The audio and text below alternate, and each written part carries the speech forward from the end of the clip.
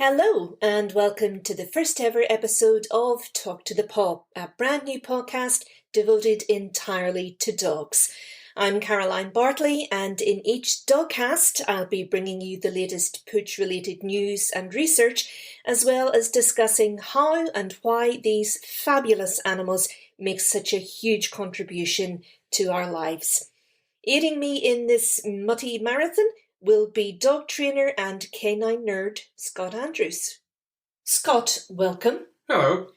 Let's set the scene first by explaining a little bit about your background. Okay, well, I'm a qualified canine instructor and I also hold certificates in dog handling, instructor skills, canine aggression, canine cognition and canine evolution.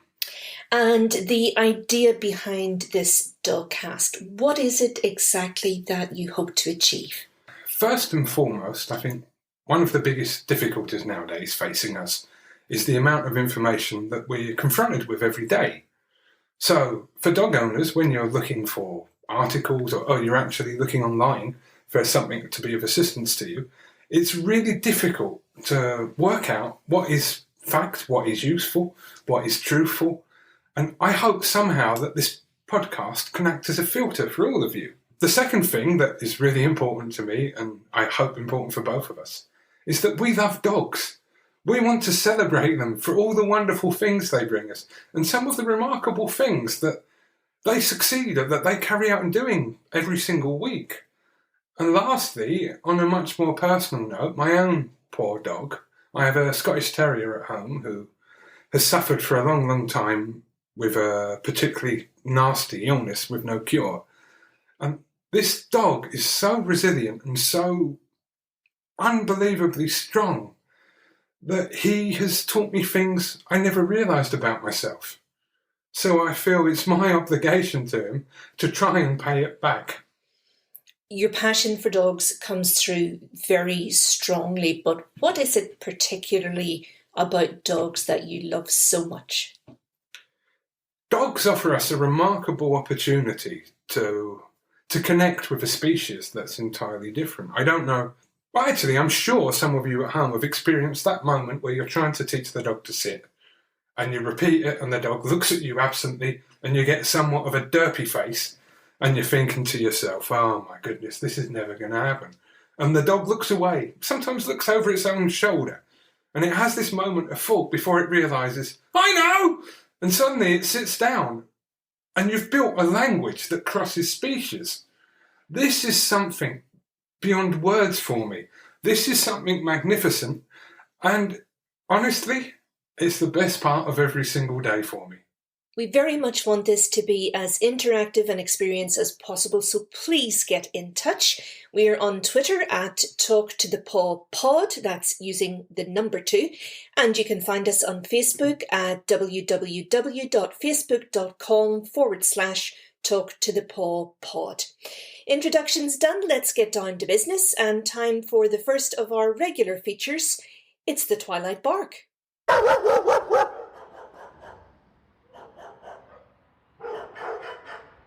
So what news story has caught our eye? Well, wonder no more. Mail Online featured an article about the British public falling out of love with the Great Dane, that particular breed, popular, of course, thanks to the hugely successful Scooby-Doo cartoon.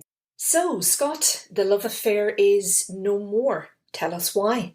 Going back to the 80s when Scooby-Doo was most popular, specifically 1980, Great Danes reached the peak of their popularity, and 3,000 Great Danes were registered in that year. Since then, the numbers have been steadily declining. In 2019, only 855 Great Danes were registered, which was a decline of about 69%, which would make it the lowest number in 50 years. Could you just clarify what a registration is and the significance of it? So, a registration is when a pedigree puppy is born, so it could be a dog of any breed, that you have to register the dog, you get papers from the kennel club to prove that it's full pedigree. That way you're able to show it and take it to craft or whatever on earth you want to do with it. So essentially 855 full pedigree Great Danes were born in 2019. Why are people less inclined to want a Great Dane now, do you think? Well, the most obvious point to make is that a Great Dane is the size of a small horse. They are incredibly large dogs, and we are living very much in a micro world. Many of us now live in apartments and flats in big, overpopulated cities, and we don't have the space. The other thing to consider is that Great Danes were a hunting dog of type originally. They were used to hunt wild boars back in the 16th century. Is the UK becoming a nation of small dog lovers? According to the Kennel Club, I'd say no. Every year they release a popular breeds list, and if you actually look, at the very top of it would be Labradors. They are now the most popular dog within the UK. Similarly, there is an endangered breed list, and actually within that list, some of the dogs that you'll find include bloodhounds, Irish wolfhounds, the King Charles Spaniel, the Mastiff, the Field Spaniel, and the Queen's favourite, the Welsh Corgi. This in itself is a great mixture, a great difference in size. There are big dogs and small dogs there. Okay, so when you talk about endangered dogs, what actually defines a dog as being endangered? By definition, it refers to a breed of dog where less than 300 puppies were registered with the Kennel Club within a single year. So, going back to our friend Scooby-Doo the Great Dane, are Great Danes likely to disappear from UK households altogether, bearing in mind everything that you've just told us? Well, to put it into context, the Great Dane had 855 registrations in 2019, and the Irish Red and White Setter had only 39. So I think it's fair to say that contrary to what the article suggests, there's no chance of the Great Dane disappearing anytime soon.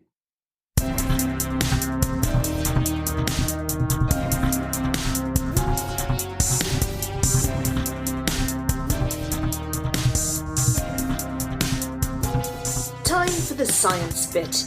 Here on Talk to the Paw, we know you're passionate about dogs and want to play your part in making their lives better. There's a phenomenal amount of scientific research being done to aid this, but it's not making its way into the public domain where it can be used practically. So in this section, the Dogler effect, we're going to try and bust some myths, demyth those lab goggles, and make this doggy science digestible. Scott, what's the topic under the microscope this time round? I'm pretty sure that everybody at home can think of one very famously held belief about dogs and their age. Can you read my mind, Caroline? I'm going to try.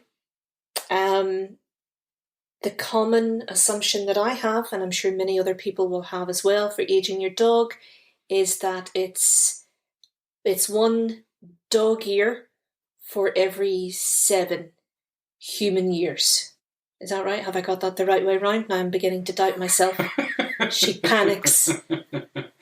I would rather say it's 7 human years to every dog year. So, for instance, think about your own dog. How old's your dog now? My little dog is actually, she's 17 in September. Oh my Lord. That means, she's extraordinarily old anyway, but even more extraordinarily old, if my calculations are correct. Let me do a quick mental 17 by 7. That is she's 119 years old. Now, does she act like she's 119 years old? In her case, she absolutely does. God bless her. Yes, she does. Interestingly enough, I have a Scottish Terrier at home. Now, he is 7 years old, which would make him 49. But being a terrier himself, and a particularly vocal one, very often he sounds like he's 80. First thing in the morning, I'm greeted by meh. And he has... That sounds more like a sheep than a dog, to be honest. But let's go with it. No. Sorry. First thing in the morning, he likes to begin by doing his sheep impression. Of course he does. And then he makes grumbly noises for him all day and all night. And you look at him and you think, like, you're meant to be 7 years old, but with your big distinguished beard, you're acting like you're 72. Anyway, I digress a little bit. So, our subject, going back to it, ageing. Recently, there's been a study published that has examined changes in dogs' DNA. Now, it's been published in the journal Cell Systems. Strap in, people. This is going to get seriously nerdy. Okay, do we need to go and grab a cup of tea? You may need a coffee to keep yourself awake. Okay. I will try to make it as simple and sensible as possible. So basically, in this study, they looked at chemical marks in the DNA called methylation marks. Now, as you age, these marks change and they control growth patterns. Humans have them, dogs have them, and this was the first time they were looking at these marks in dogs. And they discovered a few astonishing things.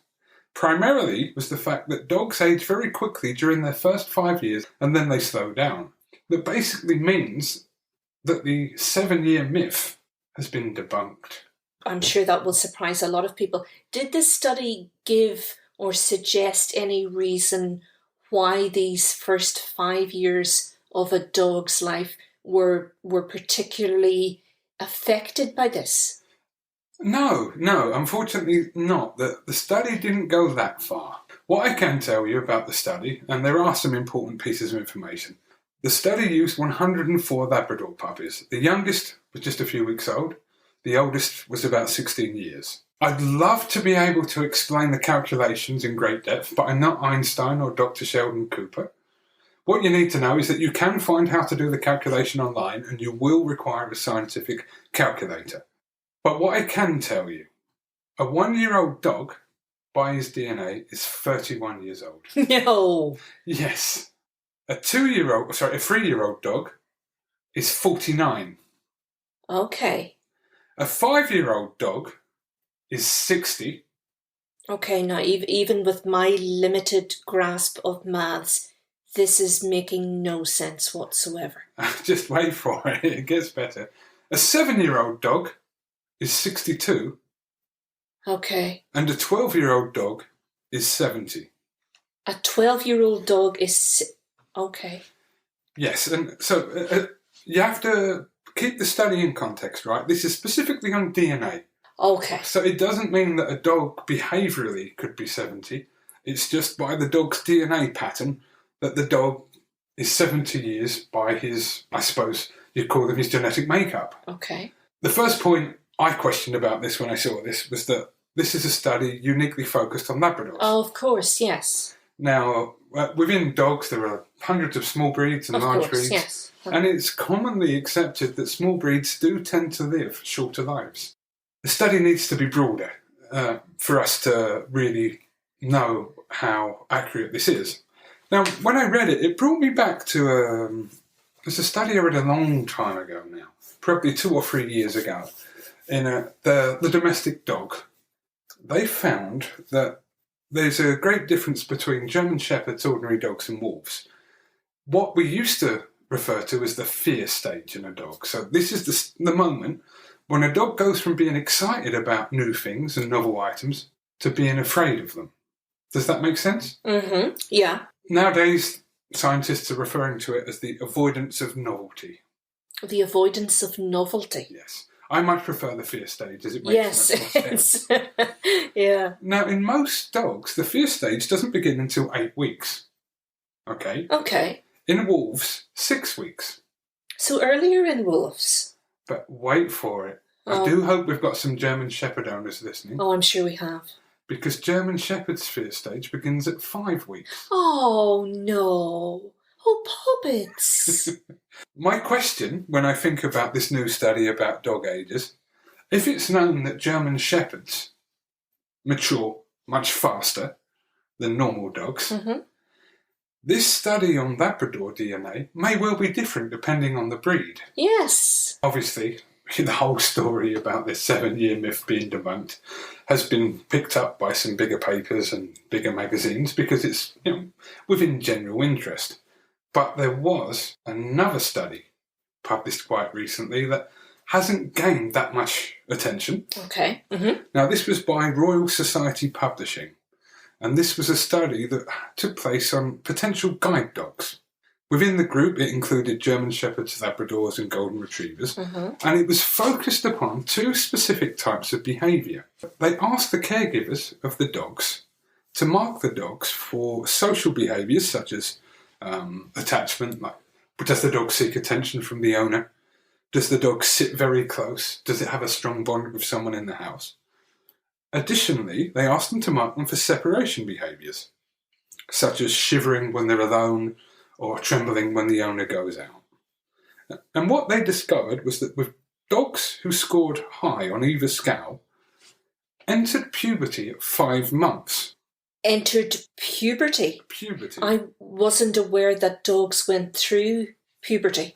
Dogs go through almost every period that humans do. They share some of the same disorders that we do. Dogs, for example, can experience obsessive-compulsive disorder and a myriad of other problems that you see more often in humans. But it wasn't unique about the dogs going through puberty. What was unique that the dogs with the high scores went through puberty at 5 months, but the dogs with low scores on either scale went through at 8 months. Why is this important?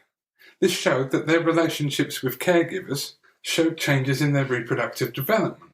So you think, for example, teenagers. Do we really need to think about teenagers? Oh yes, I'm going there. Okay. So you think teenagers who have closer relationships or more distant relationships with their parents have been shown to go through reproductive development earlier. Okay.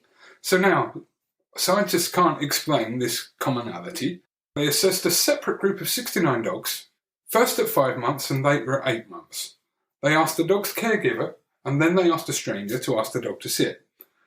All of the dogs that were pre-adolescent sat for both people, but when the same puppies reached adolescence, they didn't sit for their caregiver, they only sat for the stranger. How extraordinary. So this is telling us that dogs' behaviours through adolescence mirrors that of teenagers. When you talk about, because I'm conscious of particularly that last study and the attachment that you mentioned, so would the onset of puberty, would that potentially make them more likely to be a good guide dog? To be honest, the study doesn't actually give us any feedback about that. All it talks about is how these findings influence our perceptions of dogs and puberty. But the important thing, and to be honest, the quite wonderful development from this study is this. If you at home happen to have a dog between the age of 5 and 8 months, and it's starting to defy you, it's starting to behave in a disobedient manner, we now have a scientific explanation. We now know that bonding impacts a dog's obedience. Now, we need more studies that look at the impact of bonding exercises to see if we can lessen the impact of this adolescent period. The second discovery from this study is extremely valuable to dog shelters, because when you think you have a dog in a shelter, you're looking for a home, you want to rehome the dog is 5 months old, 6 months old, this dog has been in a shelter, it's not going to have had a chance to bond. And if someone does come to take that dog home, the chances are they're going to be met with the defiant behaviour of a teenager. And this offers shelters the opportunity to make a plan to ensure that that dog doesn't come back to them. Now, this could completely change the numbers of dogs that are being returned to shelters within that age category. Plus the trauma of the dog having been plucked for whatever reason from the situation that it has been in, most likely the home that it has been in, put into the quite unnatural surroundings of a shelter. So that's added trauma as well.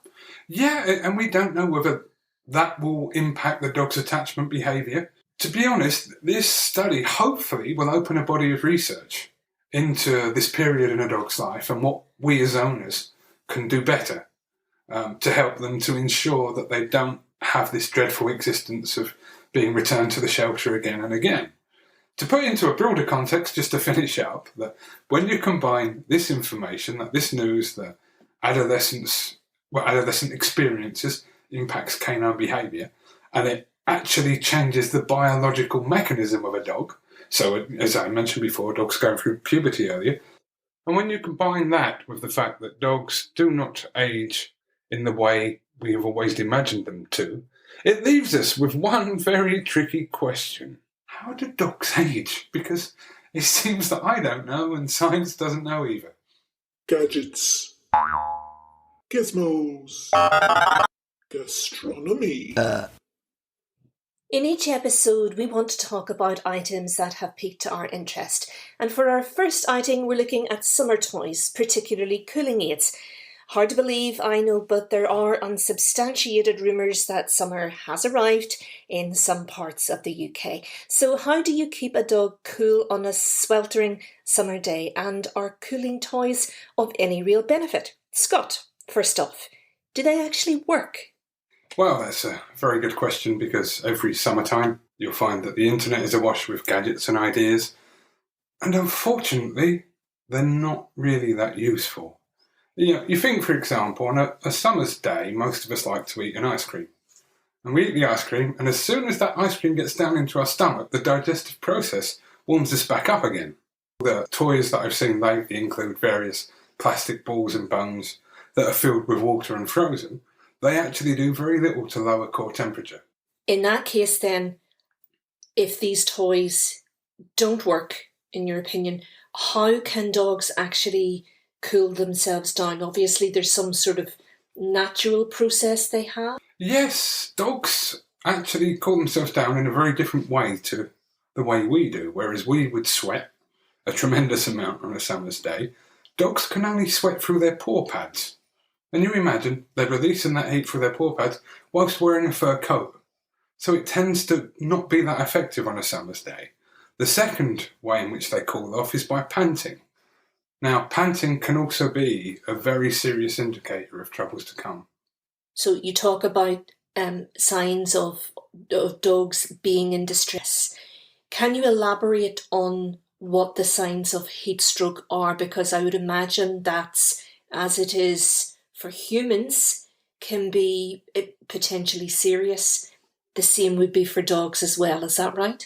Yes, unfortunately, heat stroke can kill dogs if it's not seen or treated quickly. Now, as I mentioned previously, that panting is always one big sign, and you do often see with dogs that are seriously overheated, their tongue hanging out of the corner of their mouth.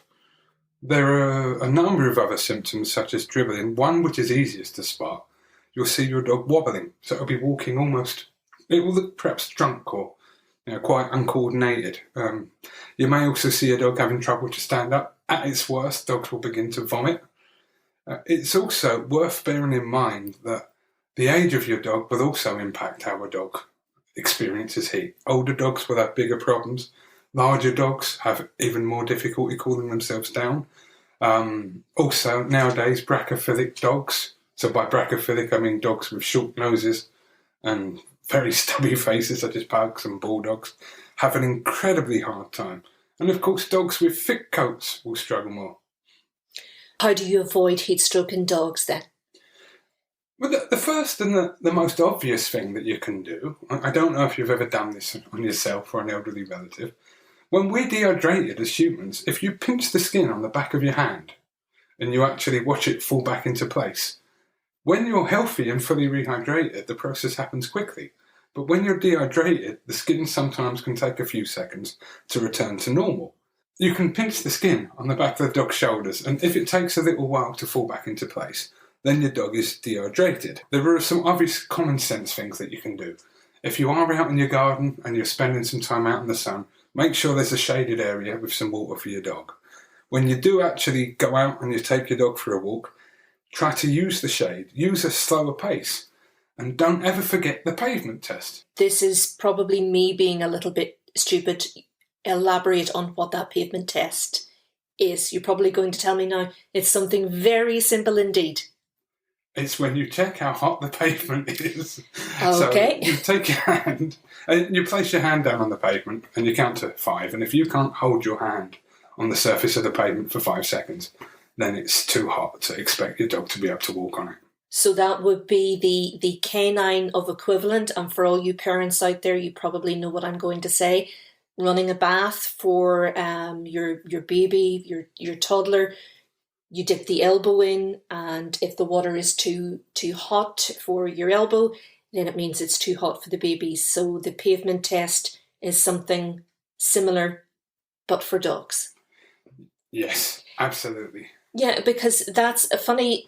You mentioned that because, and I have been guilty of this too, we automatically think as humans that we're doing the right thing. It's a beautiful day. The weather's lovely. Gets to around lunchtime and we think, such a great day. Take the dog out for a walk. Yes, and this is common amongst us. I think it was Noel Coward that said that only mad dogs and Englishmen go out in the midday sun. The fact is, your dog should never be out in the midday sun during summer. Personally, if I'm walking my dog in summertime, I will look to go before 9 o'clock if possible, before the warmth of the day sets in. If I'm walking a second time later in the day, I won't go before 6 o'clock. The last point I do actually want to mention is for those of you out there with anxious dogs.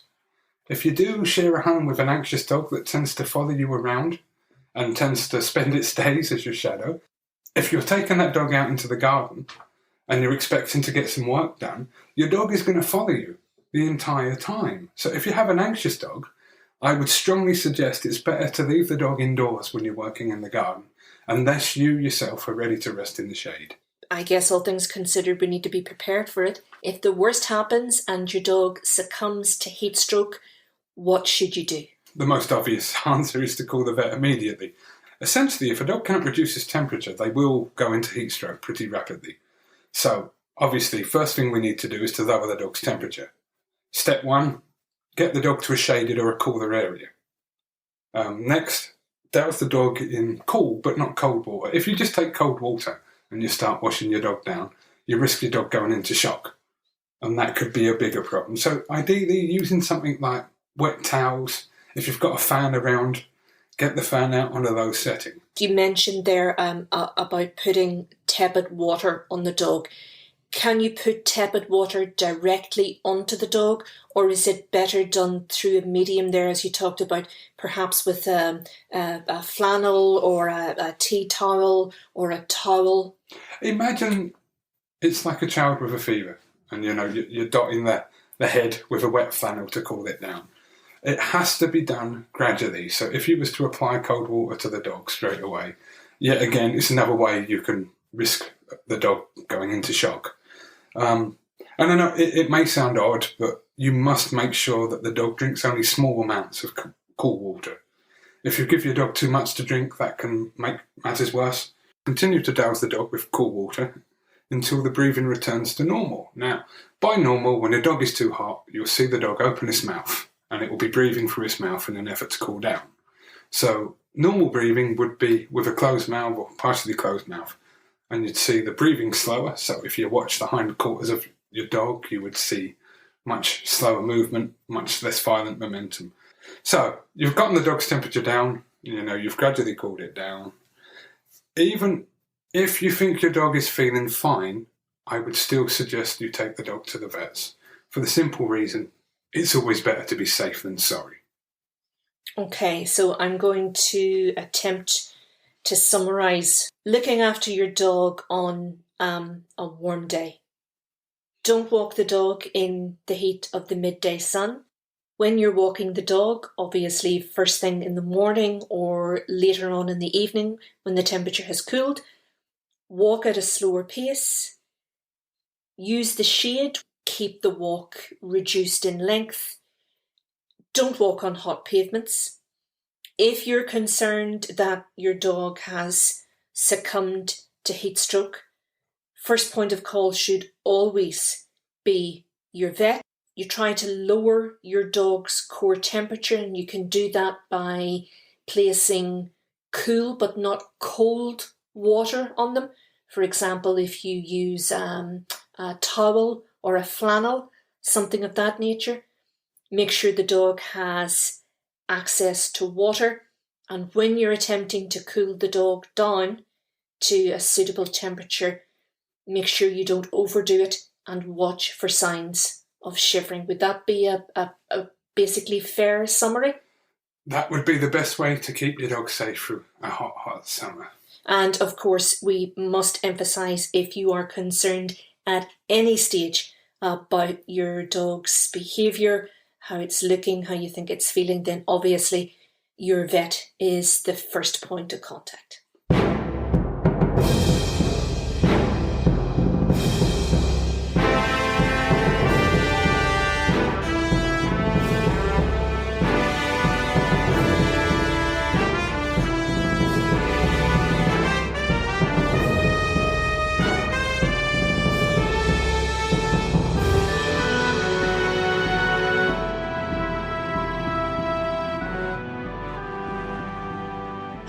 At Talk to the Paw, we want to recognise those extra special dogs who've gone above and beyond to enrich our lives. And we'd love you to get involved too. Whether it's an emotional support dog, a working dog, or simply your pet poodle who carries the newspaper to Granny, we'd love to hear from you. Get in touch with your nominations and tell us why this phenomenal furball holds a special place in your heart. You can find us on Facebook. The address, www.facebook.com/Talk2ThePaw pod. And of course, you can find us also on Twitter at Talk2ThePaw pod. The first Wagtastic Woof is police dog Aki, who's stepping into a well-earned retirement following a wonderful 7-year service with Nottinghamshire Police.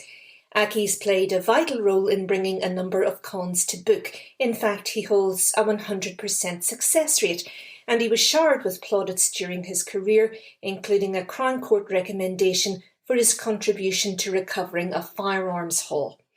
Injury has forced him to step down from his post, but not before he's passed on some barks of wisdom to his successor, police dog Morse. Have a fabulous retirement, Aki, and enjoy a very well-deserved rest.